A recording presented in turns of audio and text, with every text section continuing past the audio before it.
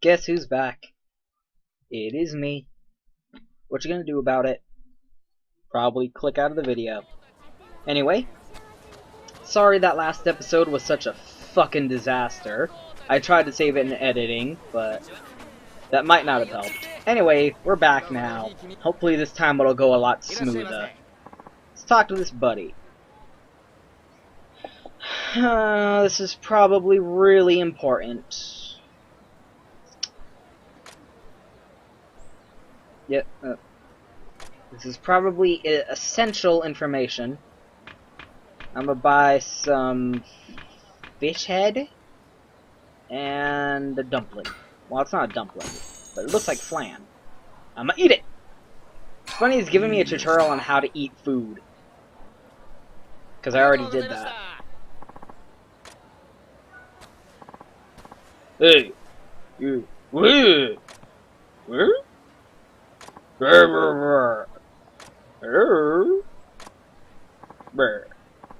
don't know, they're probably gonna start a fight with him for no reason. That's usually how it works. Ellipses. Yeah. I know what he's saying there. Those two characters at the beginning. The first two on his old dialogue box, that means yes. Or affirmative, or affirmation. Some kind of positive response of that nature. I know some things. I'm not going into this completely blind, and yet I am. That's kind of the point.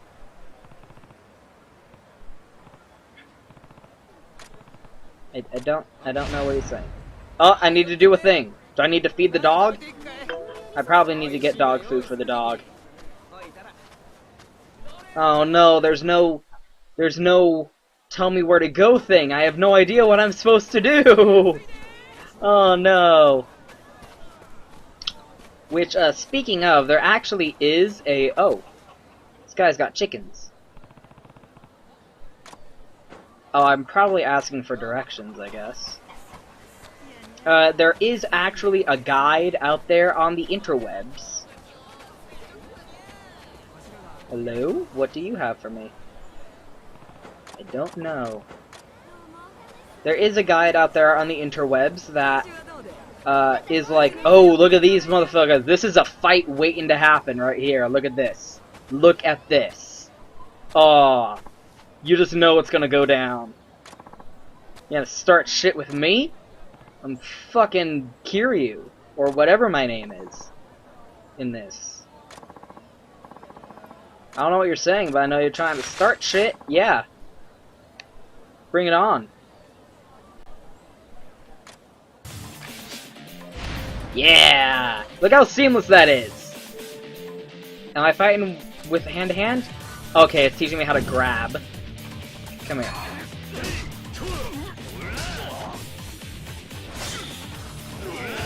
Oh, that was cool! The tutorial covered it up, though. Oh no, I fucked it up. How did I fuck that up? Anyway. Let's try again. Yeah! Oh! 3! 3 hits. Fucked you up.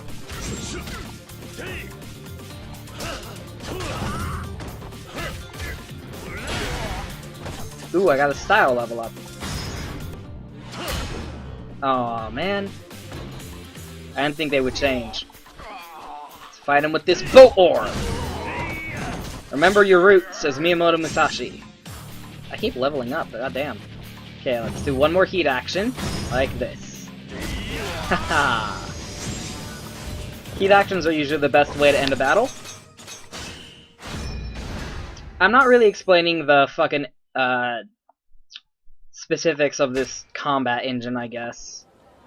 Look at those guys vanish out of nowhere. So as I was trying to say, there is a guide for this on the internet that's not a 100% translation, but is a, like, hey, if you don't speak Japanese, here's a walkthrough for you, we'll tell you how to play it. But I am choosing... Oh, it's teaching me how to level up. Fuck. This is actually something I don't like about this game. Let's level up right now and I can show you. Hey, look, it's the sphere grid from Final Fantasy X. Yeah.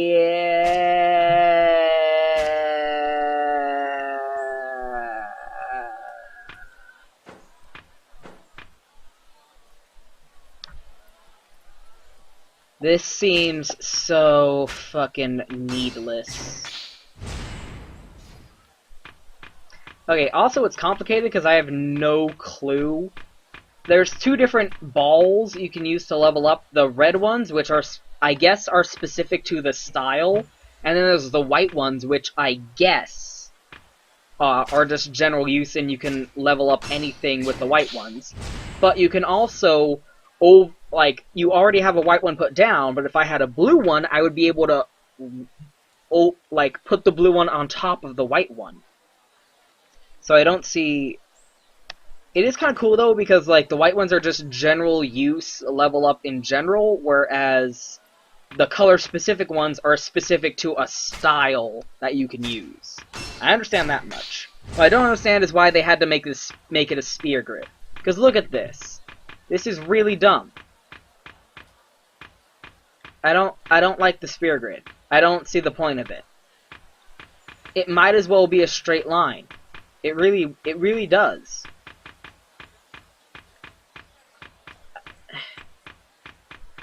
I don't know. Better men than me have explained why the sphere grid is retarded. Anyway, as I was saying, keep trying to say, there's a guide. I could be following along with it and probably be able to follow the story and know what to do and where to go and everything much better, but I am specifically choosing not to. I'm not going to use the guide. I'm playing through this completely blind. Well, not completely 100% blind. There are some things I can be able to figure out intuitively. There are some things I know from my experience with Yakuza Kenzan and the demo that I played. But for the most part, I'm not going to use that guide or that walkthrough or a translation of any kind. Because that's the point. The point of this is supposed to be like, dude, you have fans here who want to play this, and we're not going to be able to because we just don't speak this language. And it's really retarded that if we want to, we would have to use a third-party medium like that in order to facilitate it. It would be really nice if this was just fucking in English for all of us and anyone to enjoy. I have a marker now. I know where to go. That guy was very helpful. He'll be the last to die.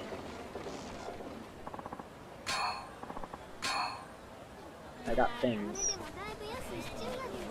So I just want to put that out there, just in case anyone says, why don't you look up a guide? There is a guide. I'm aware of it. It's very helpful.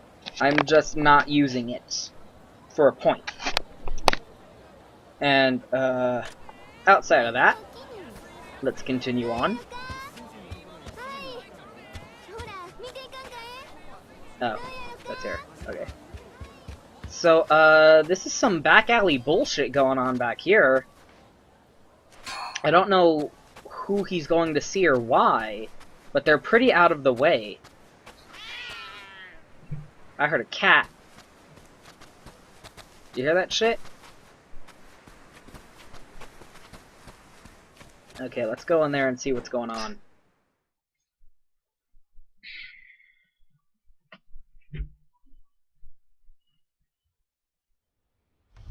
Oh, that's a good shot.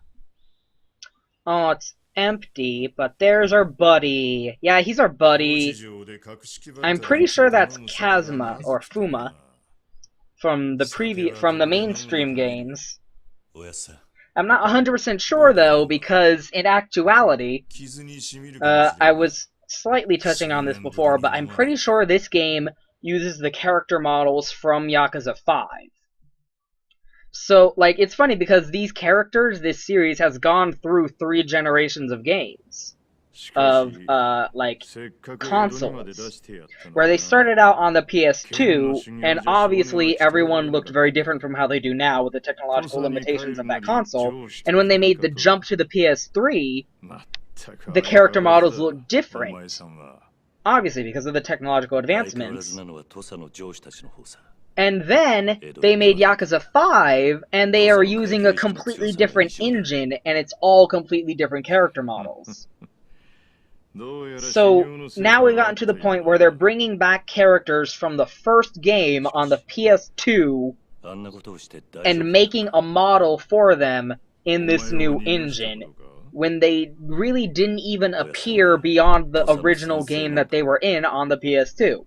I mean, Fuma's brother showed up in Yakuza 3, but that's neither here nor there.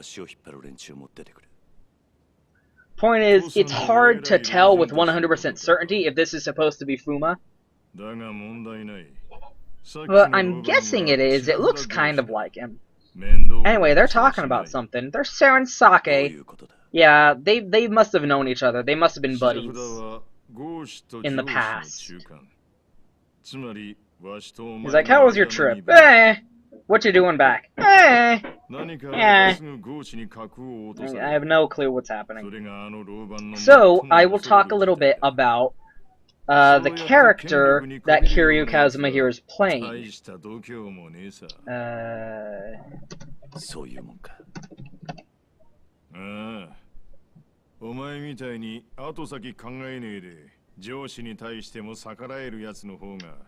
As I said before, in Yakuza Kenzan, he played Miyamoto Musashi, and in this he's playing a character who is maybe not equally as famous, but is also well known in Japanese culture as an important historical figure. He is playing Sakamoto Ryoma. I'm probably pronouncing that way wrong.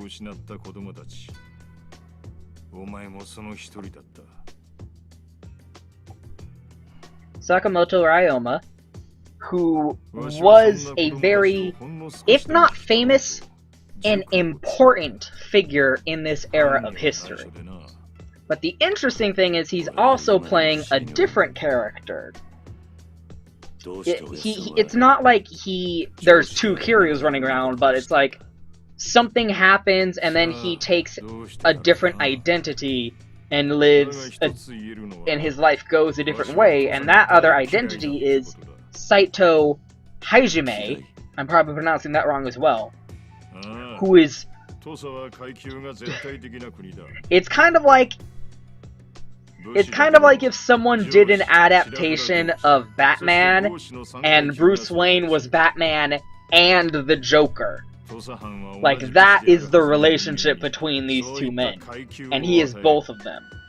It's kind of hard to explain. This game's kind of playing a fast and loose, just go with it, what if style of history. You know, just like in Kenzan, they're kind of using that story, that historical basis, as just a platform to tell their own story with. And that's fine. It sounds really interesting, actually. But his name now, Sakamoto Ryoma, would be known by Japanese audiences. And would be significant as well. I talked a little bit about the history of Japan before the Edo period with the Warring States period. And I've talked a little bit about samurai as well in the video I did on the demo. And it's interesting how the Edo period kind of affected Japan culturally. And again, you can see that in the differences between how things were kind of handled in those early years when the Tokugawa shogunate was kind of like still facilitating its hold on the country, and now when it has been comfortable with power for 200 years.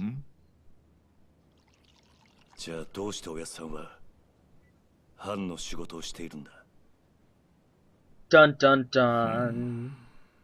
No idea. Sorry.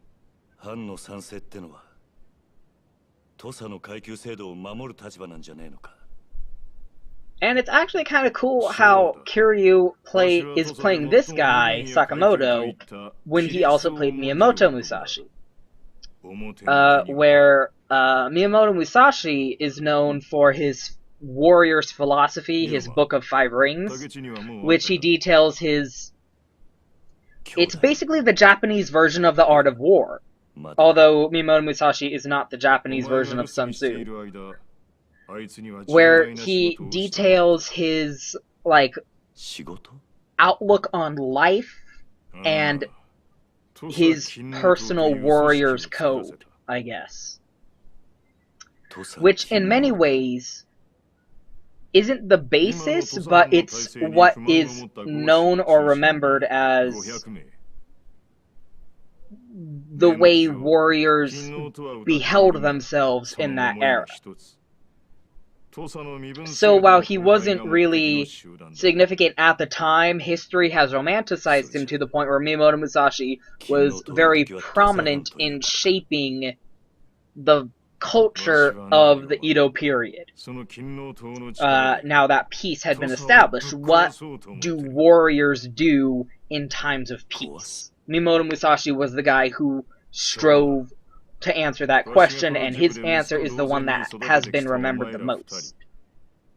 So while he didn't directly influence any events, he is remembered for that at least. Whereas Sakamoto is a very massive guy. Like, he almost single-handedly changed Japan. He was a huge,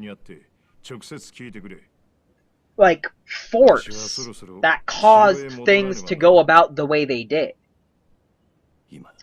So, Kiryu has played someone in Japanese history who has philosophically affected the Edo period, and now he's playing someone who's going to physically and politically affect it in a way that will destroy it. Well, not destroy so much as end, I guess. Question mark. Okay, we're going into a cutscene here. Something that's amusing. Oh, back to gameplay. I have no idea what they talked about, but it was probably a big deal. No idea. Sorry. Look at these cats! Oh, no! Ah! I'm sorry. I'm sorry. I apologize. I'm assuming they were just catching up on, you know, he's been gone, so they're probably just, you know, catching up on life since he left, now that he's back, and maybe even talking about what he's gonna do now that he's here. But I have no clue, of course. Fucking Sega. I don't have any directories, so... Are you still just giving out tutorial messages? I have no clue. I wonder if sub-stories are available yet. Hello, ma'am? I don't know what I'm asking you about. Oh, shit. Oh! Ooh! That's a dojo! That is a fucking dojo! We're going there. What up, sucker? This is a dojo right here. Gonna teach us how to use the sword and shit?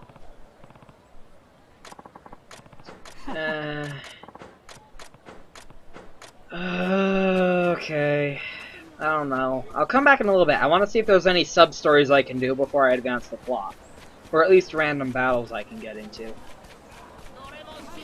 Probably not. We're probably still pretty confined. Oh, no. Look at this. Time to do a good deed.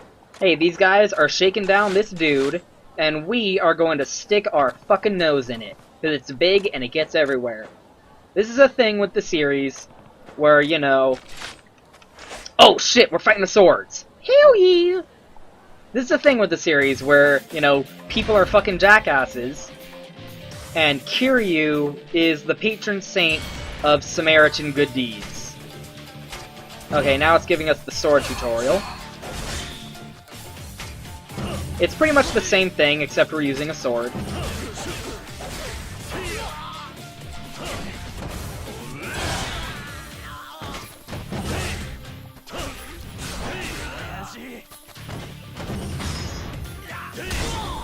Okay, there's a move we can get later that just lets them stab them when they're down.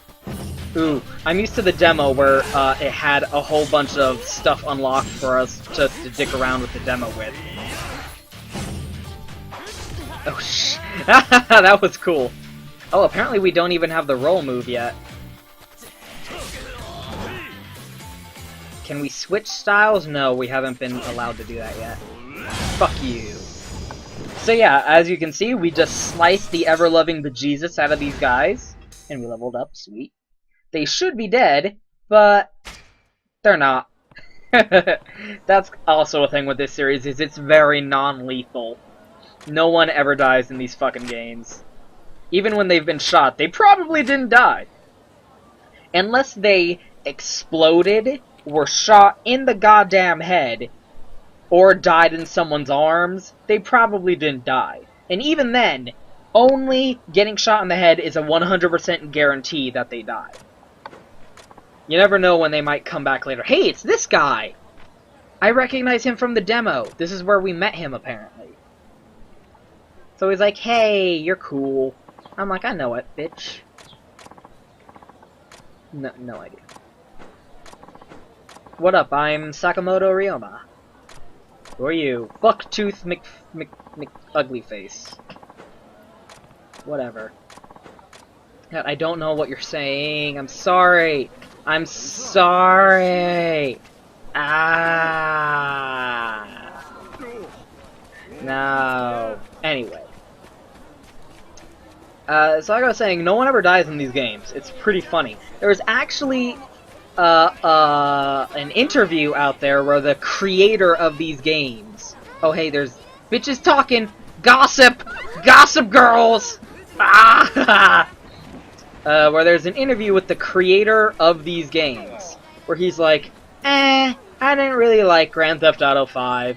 It's not a bad game or anything, it's obviously a good game, but I'm just not a big fan of games that celebrate or encourage you to murder people. And I thought that was really interesting. That, I don't know if it's just culture or personal, but, like, well, I'm sure part of it is cultural, because, like, Grand Theft Auto is a game about crime, about motherfuckers shooting bitches up, and Japan has very different attitudes towards guns than the West does. Even in modern day, because guns are impossible to fucking get in fucking Japan. The gun laws are so strict. I don't know. Top one. Okay, we're doing the woodcutting again. I don't mind, it's a good way to raise money. And in fucking Kenzon, it was impossible to fucking get money, so I'm not gonna say no to ways to make money in this one.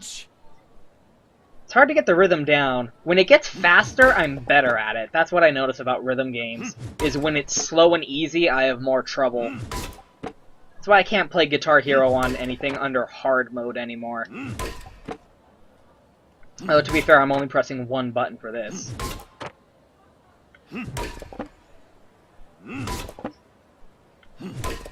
And I just thought it was cute how he was like, I don't like games where the fucking where the player is encouraged and rewarded for killing people. And that's adorable, because yeah, in these games you never kill anyone. I just think that's really cute. Oh, I thought it ended at 20, I wasn't ready. Shit. Last time it ended at 20. You beat the ever-loving snot out of them, and in this, you slice them the goddamn fuck up. But they never die. Unless it's like a story thing. And even then, Kiryu Kazuma has never killed anyone in any of these games. They always either like... There is a body count. These games do have a fucking body count. And in most of the games, like, half the cast is fucking dead by the time the end credits roll. But Kiryu never kills anyone directly. Or even indirectly. He even makes an attempt to save people. He's like Batman. But a gangster. I'm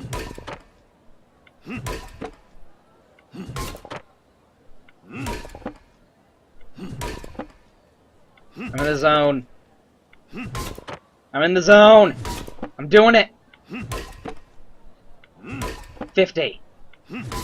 I'm gonna keep going. I'm gonna hit for 100. Yeah! Yeah! Leaderboards! I bet there are fucking leaderboards for this. In Japan. I kind of want to learn how to read Japanese. Not just for this, but because I'm really interested in what the internet is like. Not just in Japan, but in other cultures in general. Like, what are the forums like in Japan? What are the forums like in Spanish-speaking countries? That fucking fascinates me. Are they different, or are they the same? Because that's always been a philosophy of mine, that no matter where you go, people are the same. And what little hints I get of the Japanese internet, I find that proven.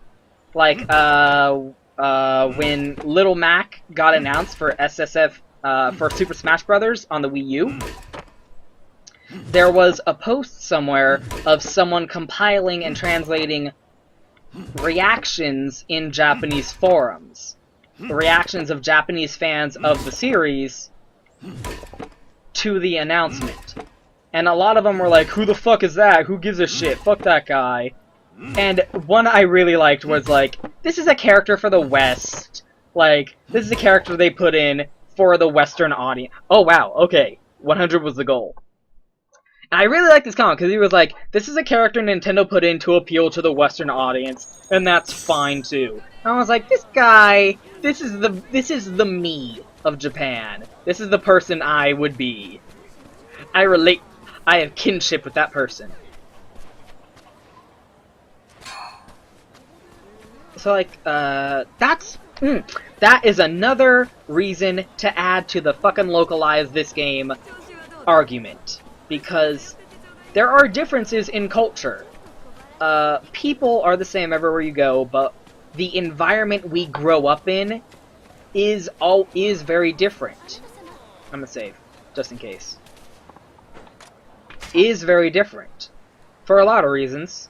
If you wanna hear my lecture about cultural anthropology, please go to the BBC Community College. No.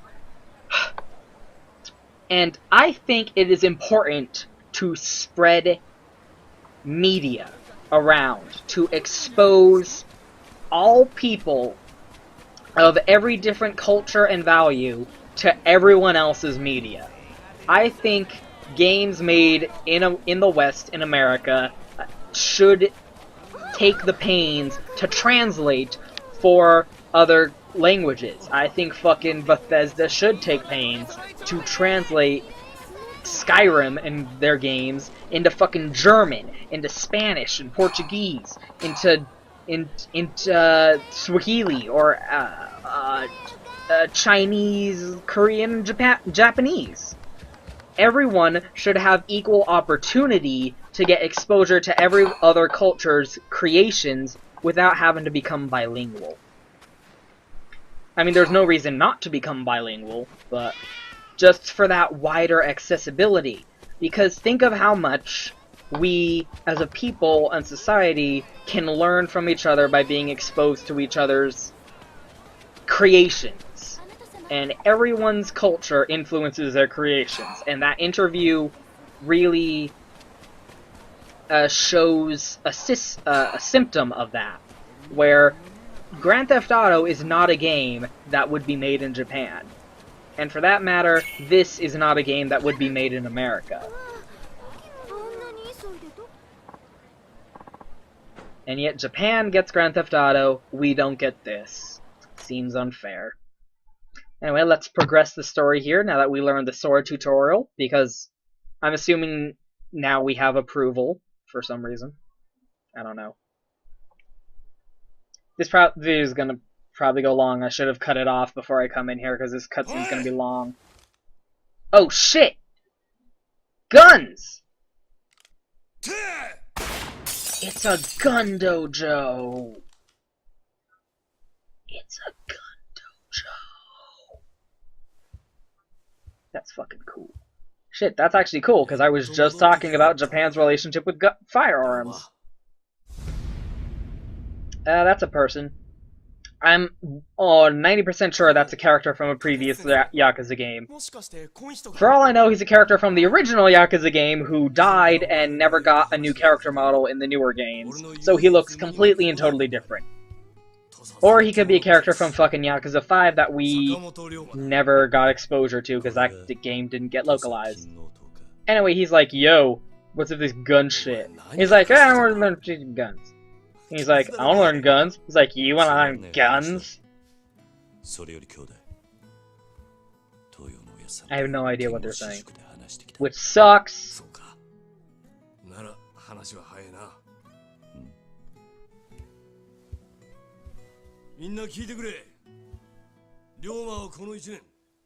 Ooh, look at that scar. That is a very unique scar. What the fuck would you get that from? That is not a sword wound. That's not a gunshot wound. That looks like a burn scar. And I would know burn scars. Look at these burn scars. They're not as bad as they used to look. Anyway, he's like, hey, you pussies. You think you're badass? And they're like, I don't know. And he's like, haha, I'm badass. I'm guessing this is the gun tutorial, because guns are in this game! Fucking ironic. Not really. Shut up. Oh god, he's cleaning his gun! Oh, yeah. I don't know why, but scenes of people cleaning their guns is always the coolest fucking thing ever. I don't know why, but it is. Don't deny it. You know it to be true. He's cleaning it with a paintbrush! Why is that so badass? Anyway, they're probably talking about the changing nature of warfare now that Western influence is bringing its goddamn guns over. That's something interesting to talk about. Because previous games in the series never really had guns. I mean, they were there, but they were never really a thing. They were just kind of there, if you know what I mean. And those games are set in modern day. And yet this game, which is set at like feudal Japan, I don't know if this would be considered feudal. Is the Edo period considered feudal? Is the one where fucking using a gun is a main gameplay mechanic. The only other game that did that was the zombie one, which everyone hated because it was terrible. By the way, we got the zombie game, which everyone hated and was terrible, but not the fucking samurai game. Thanks for that!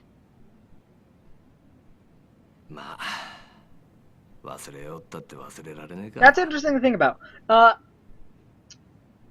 On some level, I do feel weird commenting on Japanese culture. I'm comfortable talking about the history, because I know about the history. But the culture is kind of weird, because I'm on the outside looking in here, you know?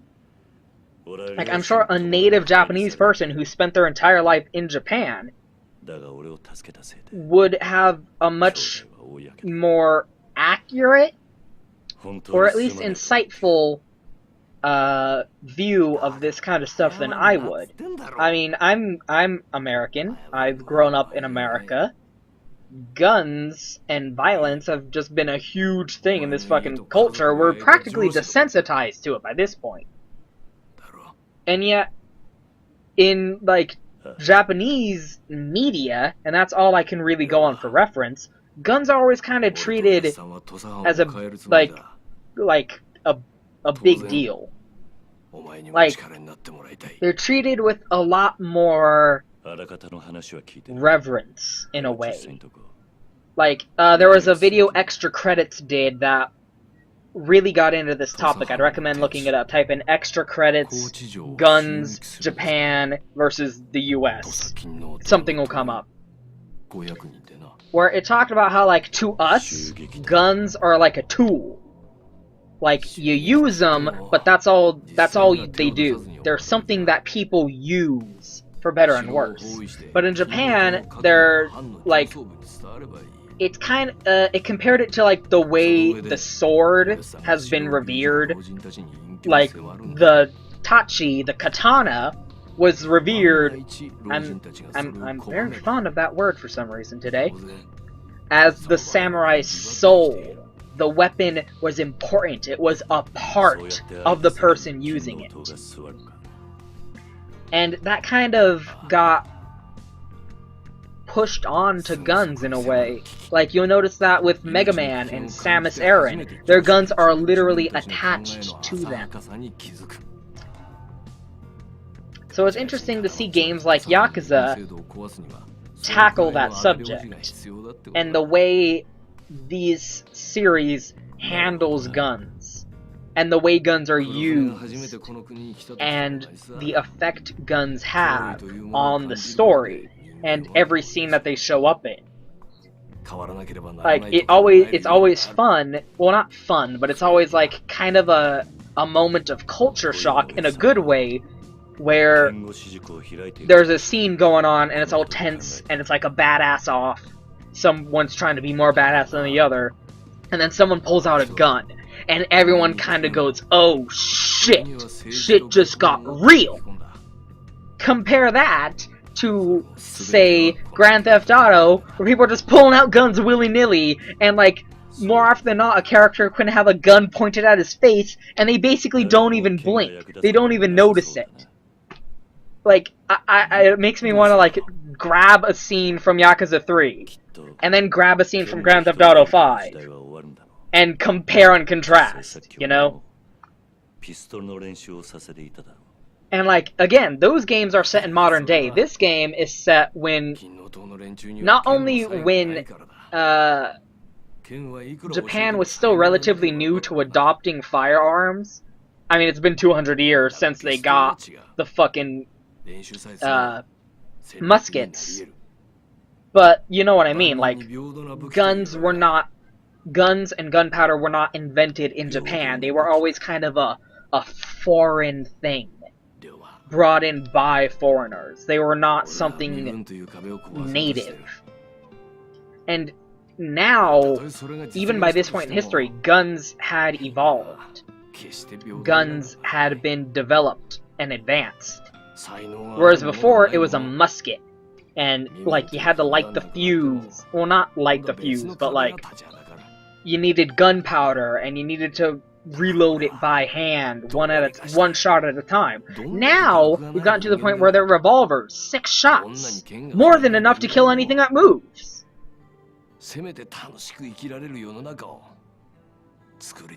And, like, you don't need to speak Japanese to understand the emotion that these actors are putting into this conversation, where they're talking about these new weapons.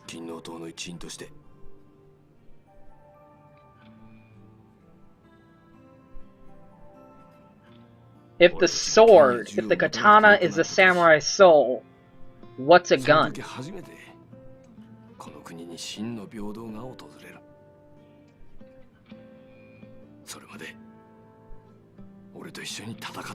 I don't know why this is making me so emotional right now.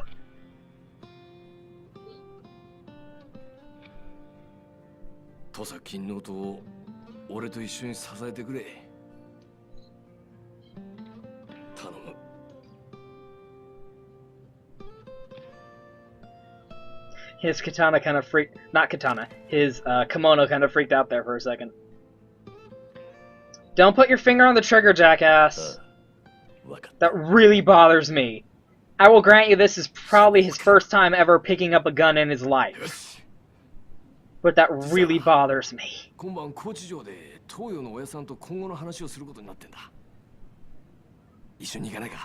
I hear you. Daijoubu. Daijoubu means, are you okay? It probably means something else because he, like, added an extra syllable at the end of it. Soka.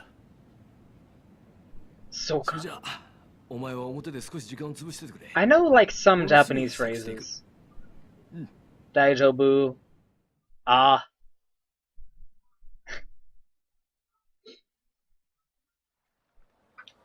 Anyway, we've got a gun now! Yeah! Let's check that out real quick. Here it is. This is our gun. This is my rifle. This is my gun. This is for fun. This is for fun. What's pressing the square button doing? Oh god, I don't know. This is the ammo we're using. Pretty cool. I wish there was a model viewer. Is there? No.